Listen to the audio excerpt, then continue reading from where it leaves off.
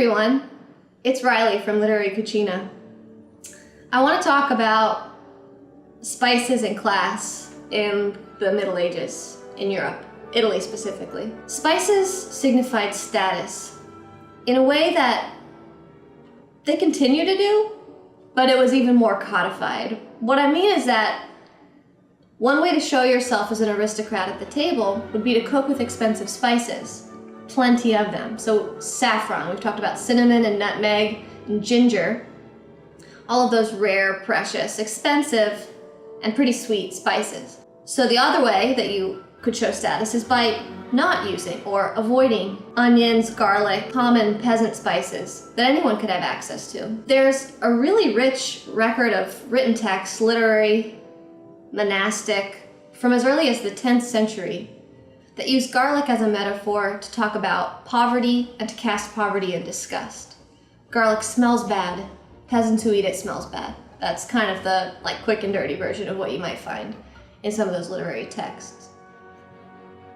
So we see this weird phenomenon in the gastronomic literature of the 14th and 15th centuries where it's obvious that things that peasants do in the kitchen are worth emulating. Cooking with garlic is really good.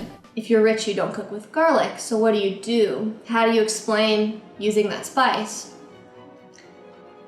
They had a kind of contradiction solver, a method for doing that, and it was called ennobling. You'd make it noble by putting it in with another foodstuff that already was considered noble. And so we literally see in translation the word ennoble. You can ennoble your garlic by stuffing it into guinea fowl, or you can make aliata, a garlic sauce, which is delicious, and serve it with meats. And so there's this kind of interesting and roundabout way of incorporating a spice that's delicious and adds a depth of flavor that you might not get with cinnamon and nutmeg,